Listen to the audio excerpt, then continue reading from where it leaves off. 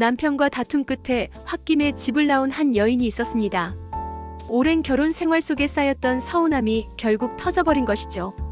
어두운 밤, 그녀는 단 하나의 가방만 들고 역으로 향했습니다. 그리고 곧 강릉행 야간 열차에 몸을 실었습니다.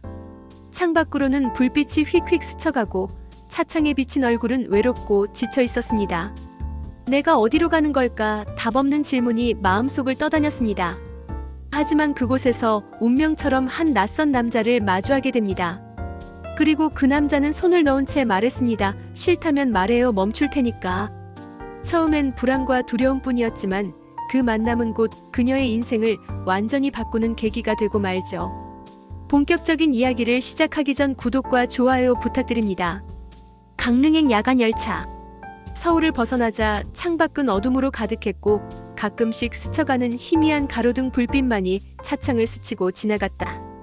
지연은 38세. 결혼한 지 10년이 넘었지만 오늘 밤은 평생 처음으로 남편과 심하게 다투고 집을 나온 날이었다. 그녀는 창가에 몸을 기댄 채 유리창에 비친 자신의 얼굴을 똑바로 쳐다보지 못했다.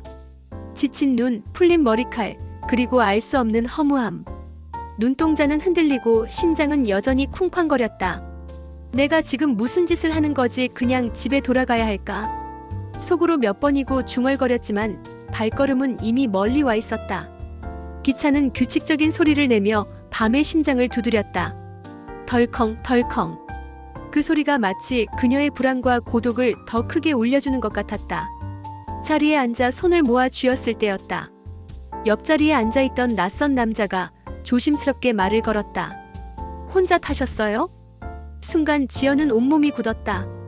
낯선 기척, 낮고 차분한 목소리. 천천히 고개를 돌려 남자를 바라본 순간 두 눈이 마주쳤다. 그 남자는 40대 중반쯤 되어 보였다. 검은색 코트를 입고 있었고 어깨에는 오래된 가죽 가방 하나가 걸려 있었다. 세월이 묻어있는 듯한 주름진 손등.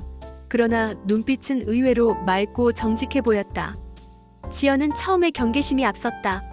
낯선 사람과 같은 칸에 있다는 사실만으로도 불안한데 말을 걸어오니 더욱 긴장되었다. 그녀는 잠시 시선을 돌리며 짧게 대답했다. 네. 하지만 남자의 말투에는 묘하게 따뜻한 울림이 있었다.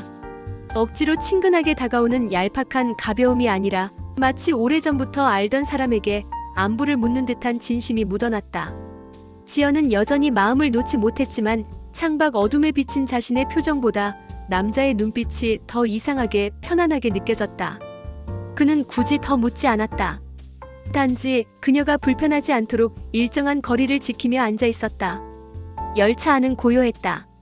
몇몇 승객들이 잠에 빠져 고개를 끄덕이고 있었고 차창 위에는 간헐적으로 스치는 빗방울 소리가 들려왔다. 지연은 자신도 모르게 옆자리의 남자가 내뿜는 숨결의 온도를 느끼며 심호흡을 했다. 이 사람은 누구일까? 왜 이렇게 낯설면서도 위화감이 없지? 남자는 창밖을 보며 나직이 말했다. 야간 열차는 참 묘하죠. 같은 공간에 타고 있지만 다들 어딘가 다른 사연을 안고 있잖아요. 지연의 눈동자가 흔들렸다. 그 말은 마치 지금 자신의 마음을 들여다본 듯 했다. 그녀는 말없이 고개를 끄덕였다. 낯선 남자의 말투에서 억지스러움은 느껴지지 않았다. 오히려 자신처럼 외로운 길을 걷고 있는 또 다른 나그네 같았다. 그 순간 지연의 긴장된 어깨가 아주 조금 내려앉았다.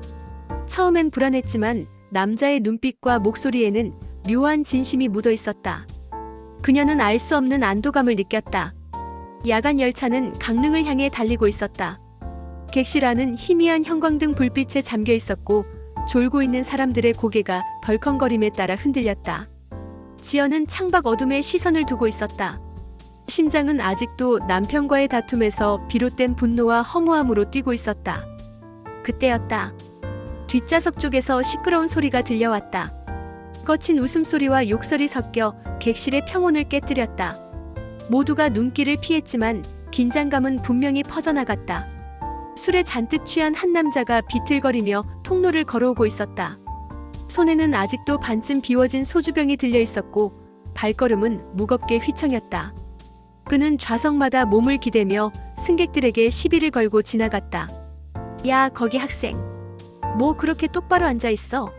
좀 웃어봐, 웃어. 겁에 질린 대학생쯤 되어 보이는 청년이 고개를 푹 숙였다. 그는 다시 맞은편에 앉은 중년 남성에게 다가갔다. 형씨, 나 술 좀 사줘. 카드 있지? 이리 줘봐. 중년 남성은 손사래를 치며 고개를 저었고 술 취한 남자는 욕설을 퍼부으며 앞으로 나아갔다.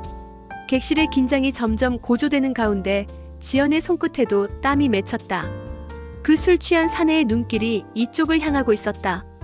그 순간 옆자리에 앉아있던 낯선 남자가 몸을 약간 기울였다. 지연은 놀라 눈을 크게 떴다. 남자의 손이 부드럽지만 단단히 그녀의 허벅지 위에 닿았다. 그녀는 숨이 막히듯 긴장했다. 뭐야, 이 사람도 똑같은 건가? 심장이 쿵 하고 내려앉았다. 남자가 낮게 속삭였다. 싫다면 말하세요. 멈출 테니까. 지연은 온몸이 굳어 아무 대답도 하지 못했다. 눈은 커지고 호흡은 짧아졌다. 그러나 그 다음 들려온 말은 뜻밖이었다.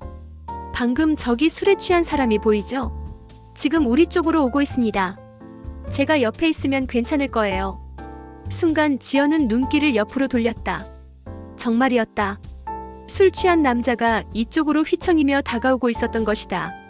그의 눈은 이미 풀려 있었고 손에 쥔 소주병은 반쯤 바닥을 찍으며 흔들렸다. 아줌마 혼자 타셨어요? 외롭지 않아? 같이 술 한잔 할까? 그 시선은 지연을 향해 있었고 순간 등골이 서늘해졌다. 그러나 옆자리 남자가 천천히 상체를 일으켜 술 취한 남자를 똑바로 바라보았다. 한치의 흔들림 없는 눈빛이었다. 짧지만 묵직한 시선이 마주친 순간 술 취한 남자의 발걸음이 주춤했다. 뭐야, 둘이 같이 탄 거야? 투덜거리던 그는 결국 욕설을 뱉으며 다른 칸으로 비틀거리며 사라졌다. 지연은 그제야 크게 숨을 내쉴 수 있었다. 손바닥은 이미 땀으로 젖어 있었다. 가슴이 들썩이며 심장은 여전히 빠르게 뛰고 있었다. 그녀는 간신히 입을 열었다. 고맙습니다. 남자는 짧게 고개를 끄덕였다. 괜찮습니다. 그냥 누군가는 막아야 하는 거니까요. 창밖 어둠 속으로 달리는 열차는 여전히 덜컹거리며 달리고 있었다. 하지만 지연의 가슴 속 불안은 조금은 누그러져 있었다. 옆자리에 남자가 만들어낸 작은 보호막 그 안에서 그녀는 다시 한번 스스로를 추스르고 있었다. 열차는 여전히 강릉을 향해 달리고 있었다. 객실의 긴장된 공기는 조금씩 풀렸고 지연은 자신도 모르게 어깨에 힘이 빠져내렸다. 방금 전술 취한 남자의 위협적인 그림자가 사라진 자리에 오히려 옆자리 남자의 존재감이 크게 다가왔다. 지연은 한동안 창밖을 바라보다가 불쑥 입을 열었다. 사실 남편이랑 크게 싸우고 나온 길이에요. 도저히 그 집에 있기가 싫어서 어디라도 그냥 아무데라도 가고 싶더라고요. 그녀의 목소리는 낮았지만 마치 고백처럼 떨렸다. 밤하늘을 뚫고 달리는 열차 속 낯선 남자에게 이런 이야기를 한다는 건 어쩌면 기묘한 일이었다. 하지만 낯설기에 오히려 더 솔직해질 수 있었다. 옆자리의 남자는 잠시 말이 없었다. 그러다 고개를 끄덕이며 미소를 지었다. 저도 비슷합니다. 도시에서 지쳐서 그냥 바람 좀 쐬고 싶었습니다. 지연은 의아한 눈빛으로 그를 바라봤다. 남자는 이어 조용히 자신의 이야기를 풀어놓았다.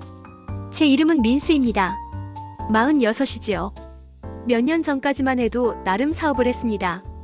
직원도 몇 명 있었고 그럭저럭 굴러갔죠.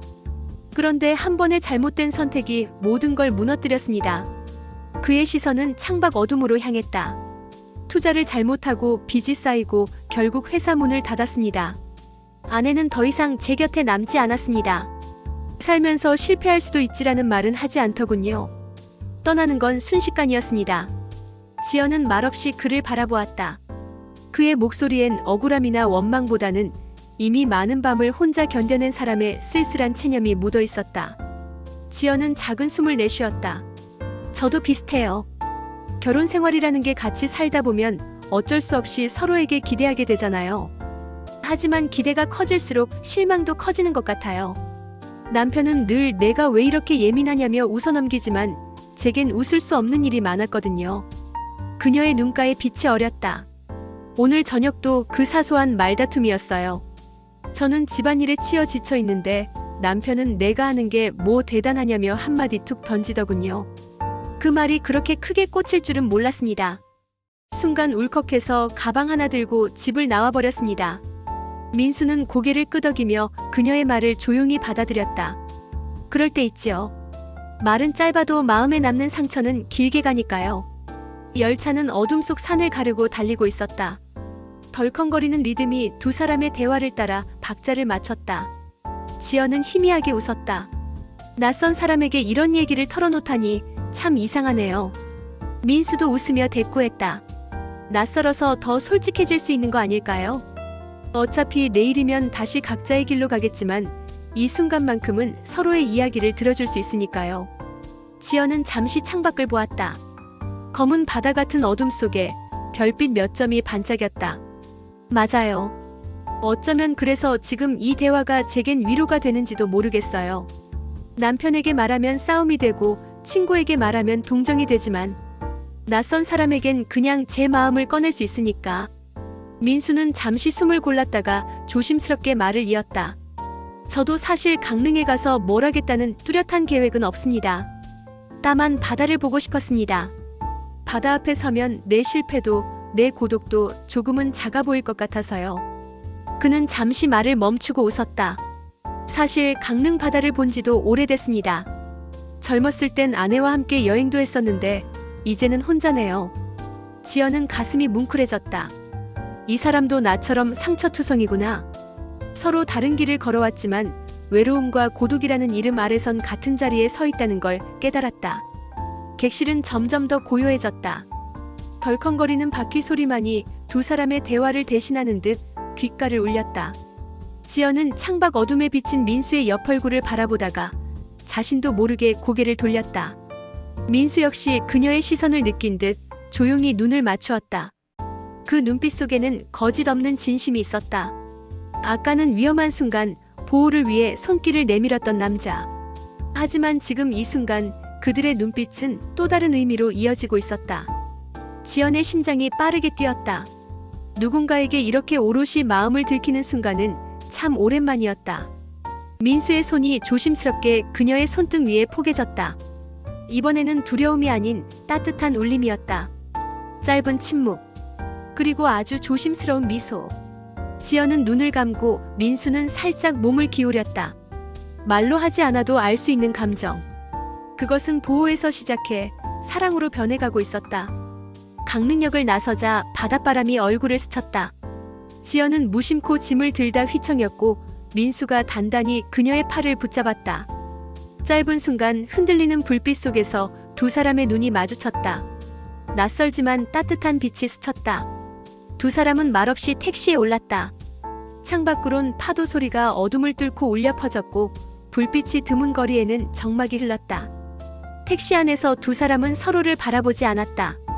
하지만 서로의 심장이 어떻게 뛰고 있는지는 묘하게 전해졌다. 호텔에 도착했을 때 프런트 데스크 불빛은 유난히 밝았다.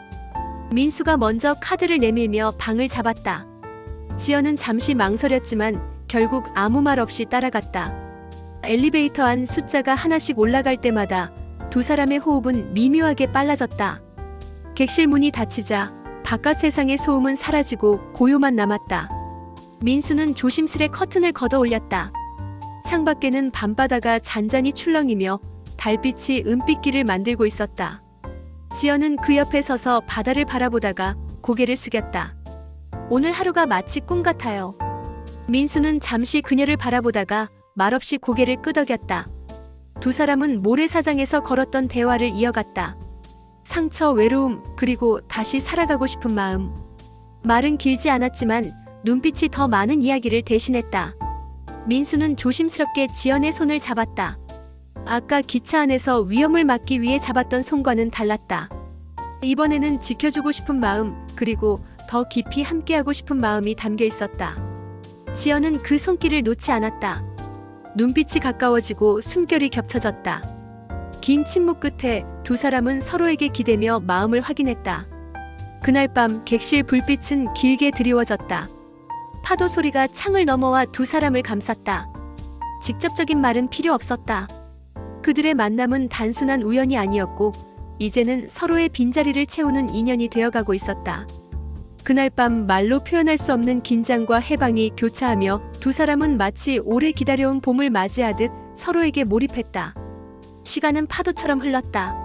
몇 번의 정적, 몇 번의 웃음, 몇 번의 눈물이 교차했고 방 안은 뜨거운 온기와 함께 깊은 교감으로 가득 찼다. 밤이 지나 새벽이 다가와도 두 사람의 손은 풀어지지 않았다. 차갑던 바닷바람도 외롭던 열차 안의 공허함도 이제는 없었다. 남은 건 서로를 바라보며 속삭이던 끝없이 이어진 밤의 따뜻함 뿐이었다. 때로는 가장 낮은 순간에 찾아온 만남이 삶을 다시 일으켜 세우는 기적이 됩니다. 낯선 열차에서 시작된 인연이 바닷바람 속에서 사랑으로 이어진 것처럼 우리 인생도 언제든 새로운 길로 나아갈 수 있습니다.